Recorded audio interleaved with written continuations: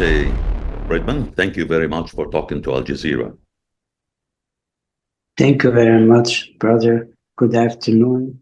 Good afternoon to all of you in the audience. Thank you very much. The initial numbers of the Palestinians killed by Israel over the last 10 months is approaching 40,000, whereas the number of the injured, many of whom permanently maimed, exceeded 200,000. As a human and as a Haredi rabbi, could you describe the state of Israel, a pariah state, a rogue state, a criminal state, or all the above?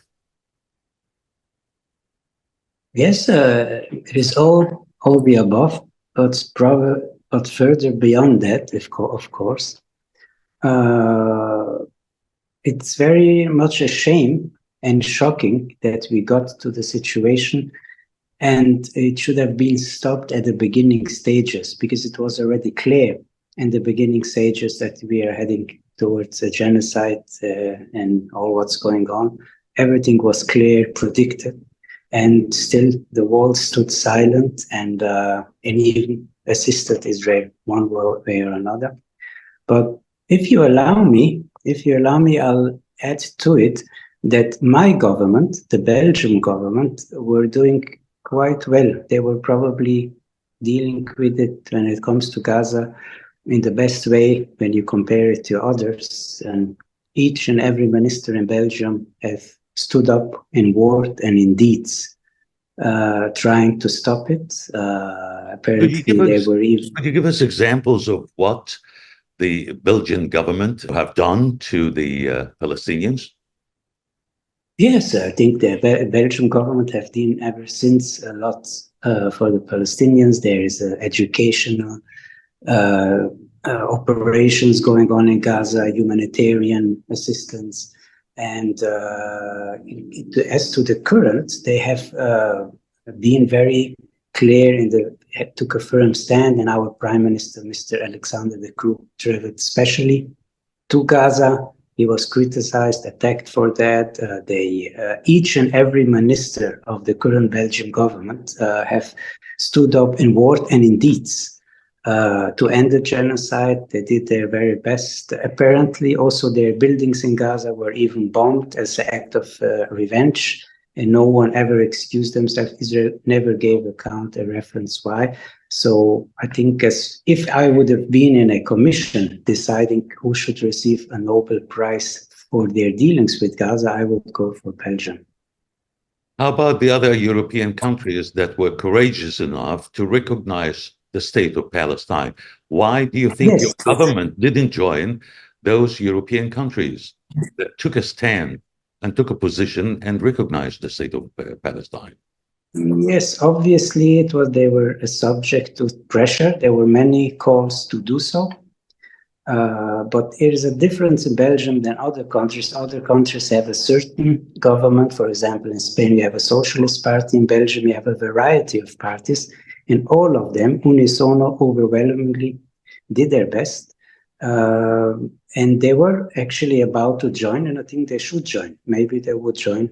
But I think we are talking now about the current Belgian government, but we had elections in June, and there might be some changes. We have to wait and see. Based on the fact that your family is a Holocaust survivor, how do you measure the crimes committed by the Israelis?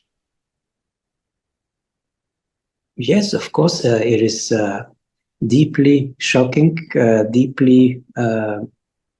I am in horrifying pain on what is going on all the time. And we couldn't imagine that such a disaster would have ever taken place. And it is even more shocking to see that the so-called never again doesn't apply. It ends with a one-way road. It's never again for the Jews, not for the other people.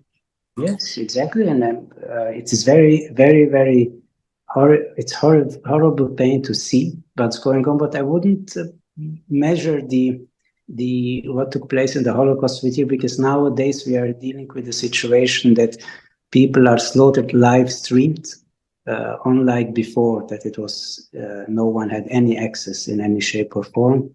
So very much shocking, very much in horrible pain. I am all the time, and everyone should Let be. me rephrase my question. On a scale from 1 to 10, how would you describe what has been happening to the Palestinians in Gaza and, of course, in the West Bank, as opposed to what happened to the Jews in the Holocaust, on a scale from 1 to 10? I think it is fair.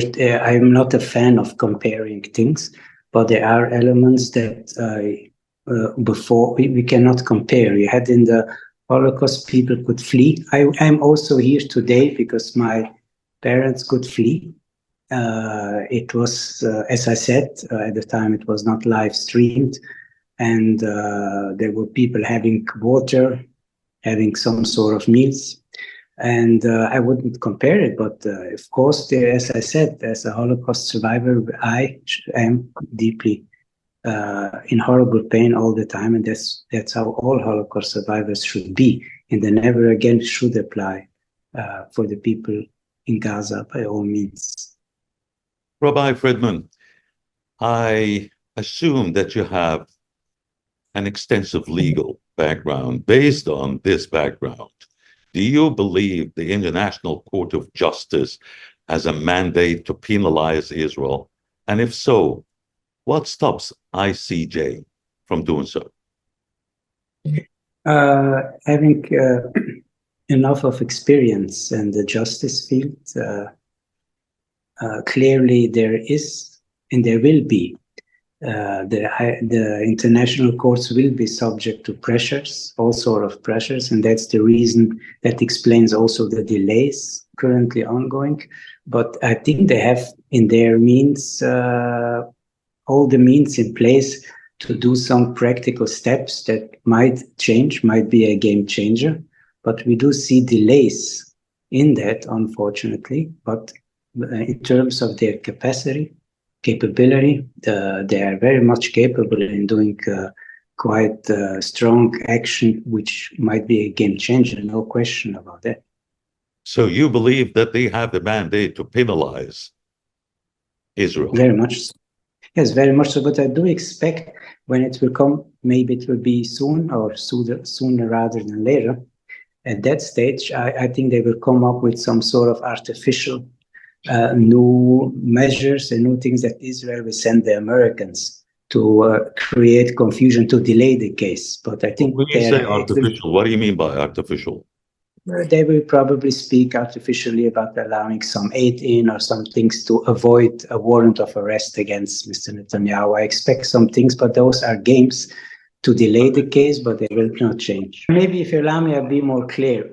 There will be probably behind the scenes some sort of provocative acts by Israel that they will pretend with something artificial that they change something, and then probably the Americans will intervene to enable something to change, to delay. They will rather try to delay the case. But I don't expect talking about a make-believe kind of justice. Yes. Make-believe. I think that's what we should expect, but it will be an issue of buying time, but nothing beyond that. That's what I would expect taking place when it gets so far. Do you see any chance of the case at the International Criminal Court augmenting the case at the ICJ? Yes, the answer is yes. Yes. In which way? No, I think I would rather not go into juridical elements, but I think this is the case. This is the absolute case. Which outweigh the other? The case at the International Court of Justice or the International Criminal Court? I think both of them in different ways. Yes. I think there is a number of operations ongoing. I think one is each of them has its own dimensions. So it's all of them at the end will result in the fruitful results. We have been witnessing many divisions within Israel, such as the possibility of forcing the Haredis into the military service. Do you have any preview on what will happen in that respect? Clearly, the issue of the Haredim, the Orthodox community, to be forced into the army is an issue which has reached now a very crucial point. Namely, this is heading towards a clash in civilization over there, so to say. A clash and, of what? In the civilization there, it will be heading towards a dead end. I think we have to go back to the historic element of it, what actually is the merits of the case, what this is all about. Since the establishment of the State of Israel, this was already on the top of the agenda, namely by the Prime Minister at the time, Ben-Gurion. And they understood very well that this is an existential in nature. By the Orthodox refusing to join the army was an existential problem. And what is astonishing to see that already almost 70 years, or more than 70 years, this has been dragged on again and again with all sorts of artificial commissions, changing of law, new laws were drafted, another government comes and annullates the previous one. They were buying time. Now we are in a situation where all what is going on, when you add to it the issue of the Haredim into the army, it is it's existential issue, and the Israeli population, the vast majority of the existential issue. Do you mean existential issue for the Haredims or for the State of Israel? No, for the State of Israel. When I mean existential, I mean for the State of Israel, because the vast majority of the Israeli population were ever since vehemently opposing the issue that they should have to work, go and kill themselves, their children, for people who don't work, don't do anything, and living on the subsidies. And now we are reaching a dead end, because the situation which is going on in Gaza and the borders in the north and the south and all surrounding that, adding to it the problem of the Haredim, it is really a question that this cannot continue. And this is an existential issue for the State of Israel, no question about that. Why do you believe that this issue of conscripting the Haredim in the army reached its climax during the war against Gaza? Because if you allow me to elaborate more, where Israel is now dealing with a situation where I think we are actually, if you allow me, entering into hypothetics, because I think the State of Israel will actually be over. We will have to deal with the situation sooner rather than later. There will be no Israel anymore. We have now a situation which we have them deployed from the north. The citizens of Israel have been distributed, the northern citizens, the southern citizens, into hotels all over the country. Already from budgetarian point of view, they cannot survive, let alone when you bring into it the resistance and all what's going on, in adding to it the issue of the clash of civilization of the Israeli society. This is an issue which is it's no question, it's only a question of time that Israel will be over. Well, let's try to show how serious this issue is. I mean, what is the percentage of the Jewish Haredim in Israel? If you allow me to elaborate more, to go into the merits of the case, we have to distinguish between, at the Haredim, you have a variety of fractions, yes? But we have to distinguish between, there are some Haredim, ultra-Orthodox, who were opposing the State of Israel as such, who are, of course, not serving in the army, it's out of question, but they are not even receiving any subsidies from the State of Israel. not even for the children, and they boycott the state of Israel by all means. For those people, although they live in the state of Israel. Yes, but those people is a very separate situation in there. We speak really about a minority. But I do believe that you are referring to the recent reports where you see a lot of Haredim opposing and demonstrating against the new laws drafted in the new attempts trying to drag them into the army. Those people are in general even more radical than Netanyahu. They are not against the war in Gaza. They are not simple for egoistic reasons or wherever it is. There is in Israel created this situation, a very insane situation, that the majority is working, killing themselves for those people who are not even working. But still, that percentage, that segments of the ultra-Orthodox, they are very much pro the war against the Palestinians, but still they don't want to serve the army. They don't want to be part of that war. So they support a war that they don't want to be part of it. So therefore, the vast majority of the Israeli population, and rightfully so, and this is at the coalition and opposition alike, are saying that we are not ready anymore to live and serve in an army with this insane situation. So I think, therefore, they will do everything to bring an end to it. And from their perspective, you haven't answered my questions.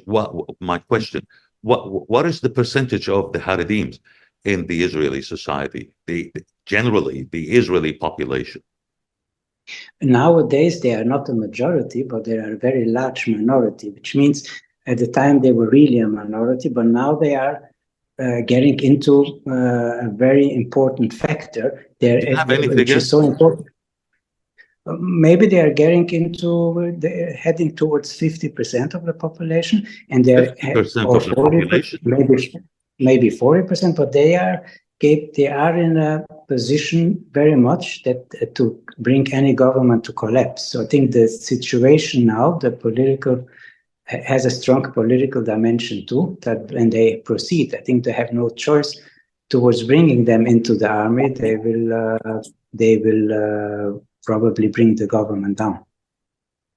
What is your advice to the religious students if they were forced to serve the army against their will, or let's just say against their religious convictions? It's difficult to advise because I cannot advise them to go into the army, quite to the contrary. But if already, I think we are speaking about hypothetics because as a matter of fact, and I have to be clear on that we will experience, it will not take any long, that we will experience that there will be no Israel anymore. So we are speaking a little bit in hypothetics as time passes by. I think it will not be no Israel. No Israel anymore because of this issue that reached a cul-de-sac? Not only about the Haredim, but adding all elements together. I must tell you, me personally, as a rabbi, I have been engaged a lot in interfaith religious dialogue. I have traveled a lot to conferences to that respect. I have met government leaders and leaders of resistance and all of it.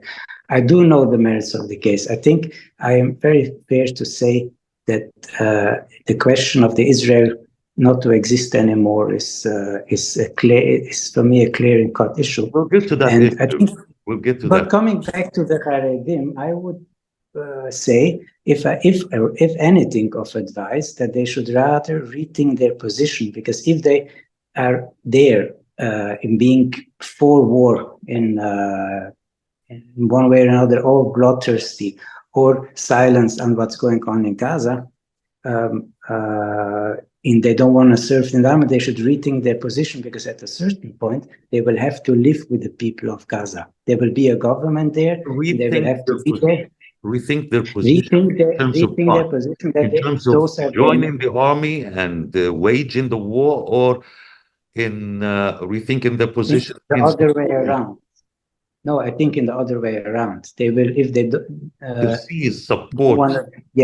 Yes, I think they should start rethinking their position, their way of thinking towards their brothers, their neighbors, their surroundings, And I think they would be rather good advised to change their position, because at a certain point, they would either have to live in a government elected by the will of the people, and they will have to stay accountable. They will be like the Jews after the Second World War. The Germans and the others had to give accounts. They will have to give accounts.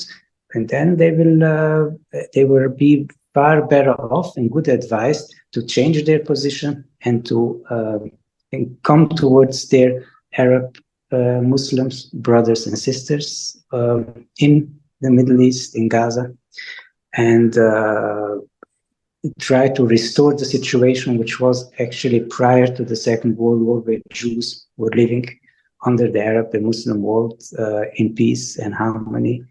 And so they should rather rethink their position, because when I look around, I don't see the Europeans and others being so happy and excited to take them. So I think they will be good advised. That is regarding your wishes and your advice. But let me ask you a straightforward question. How could this religious issue possibly play out politically within Israel? Yeah, as I said, politically, it might lead to the collapse of the current government. But I do believe, I must add to it, that when you look in the current meanings and dealings of Netanyahu and his so-called war cabinet, it is clearly that they are well aware that they are coming to an end. So Netanyahu, from his personal perspective, have to be crazy to end the war. He knows that Israel is almost over, so he has to be stupid and an idiot to step down for something which is going to be diminished and over anyhow. And therefore, I do believe that he will continue, and Israel will not exist anymore, and he will not let he will not end the war when he sees it's anyhow heading towards a dead end. So you want to tell me that you see Netanyahu as the last king of Israel? Yes, absolutely. Yes, he knows that very well. No one knows it better. What about the than people him. surrounding him?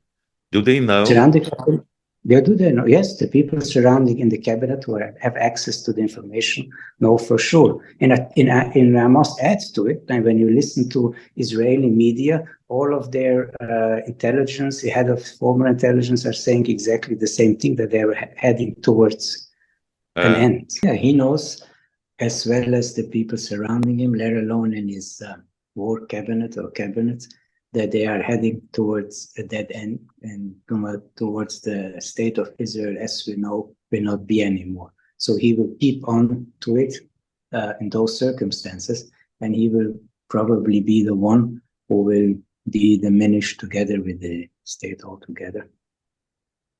How do you diagnose the disease? Is it the Jewish state or the Zionist state? And do you see an end of that ideology, which is originally an Anglican Protestant creation, at any time in the near future? Yes, I think that the starting with your first part of the question, it is a Zionist state, but as a matter of fact, you have Jews there. So it will come to an end, and the Jews will be able to live there in a democratic state where it will be the will of the people respected. And I think that even now, it's astonishing to see that even those victims now are saying that when we will deliberate our country, we will accept the Jews as Jews to live with us like before. Your diagnosis for the disease is the fact that this state assumes a wrong ideology, which is Zionism. Anyhow, and I think that we are heading towards the dismissal. This will be over. Also, the evangelic elements from the U.S. This is insane in its entirety. It's really nonsense.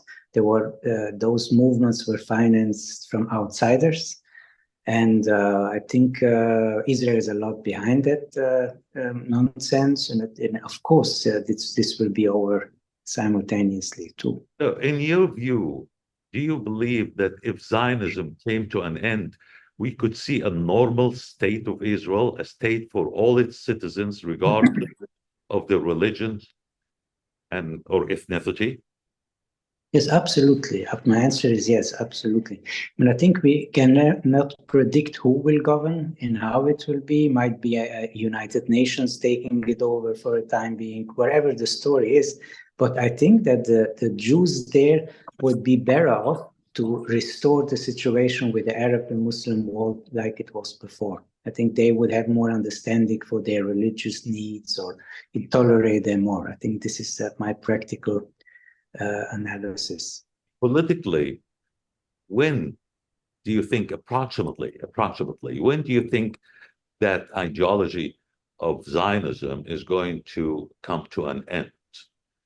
Are we talking about years, and how many years within our lifetime? Or I think it will be, my perception is also based not only on the biblical theological elements, that's a part for itself.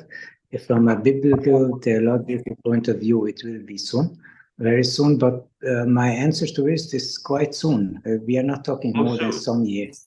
How soon? Maybe some years, but not more. Maybe. That's my understanding.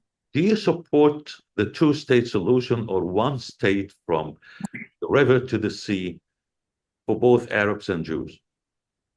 I think what happened in those years were actually putting some facts on the ground that the issue of two-state or one state is actually not relevant anymore. It will be deliberated.